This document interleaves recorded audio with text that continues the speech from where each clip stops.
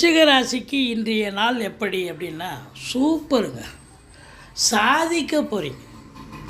இது நாள் வரைக்கும் முற்று பெறாத வேலைகள்லாம் இப்போ எடுத்து ஸ்பீடு பிடிச்சி ஓட போகுது. நல்ல காரியம் சாதிக்க போகிறீங்க, சம்பாதிக்க போகிறீங்க, அற்புதமாக சம்பாதிக்க போகிறீங்க. சமூகத்தில் பேரு புகழ் அந்தஸ்து உயரப்போகிறது.